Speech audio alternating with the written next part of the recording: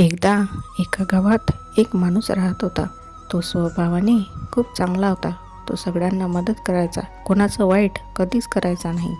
पण तरीही त्याच्या आयुष्यात सतत दुःखच येत होतं. लोक त्याच्यावर रागवायचे, काही जण त्याचा फायदा घ्यायचे.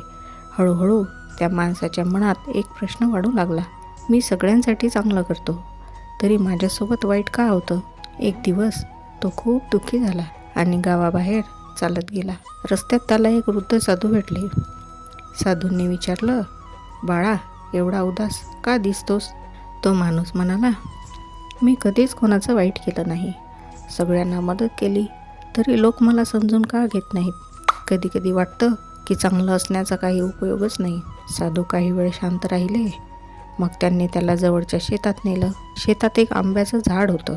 झाडावर खूप गोड आंबे होते, पण त्या झाडावर काही दगडही पडलेले होते.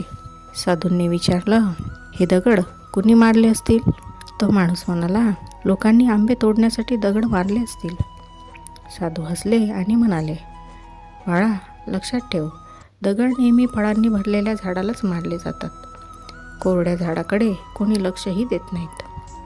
तो माणूस थोडा विचारात पडला.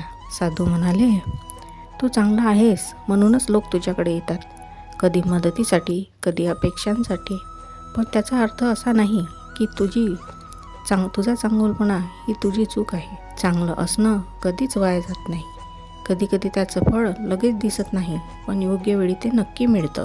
तो शांत माणूस ऐकत होता. साधू शेवटी म्हणाले, जर तू लोकांच्या वागण्यामुळे स्वतःचा चांगुलपणा सोडून दिलास, तर जगातली एक चांगली गोष्ट कमी होईल.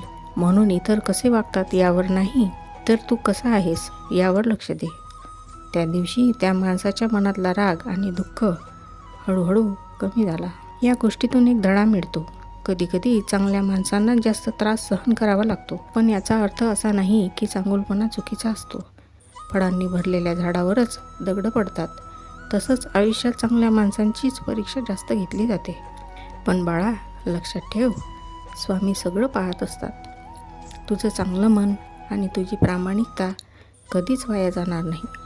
म्हणून बाळा, लोक कसेही वागले तरी तू तुझा चांगुलपणा सोडू नकोस, कारण शेवटी जिंकतं ते नेहमीच सत्य आणि चांगुलपणा. श्री स्वामी समर्थ.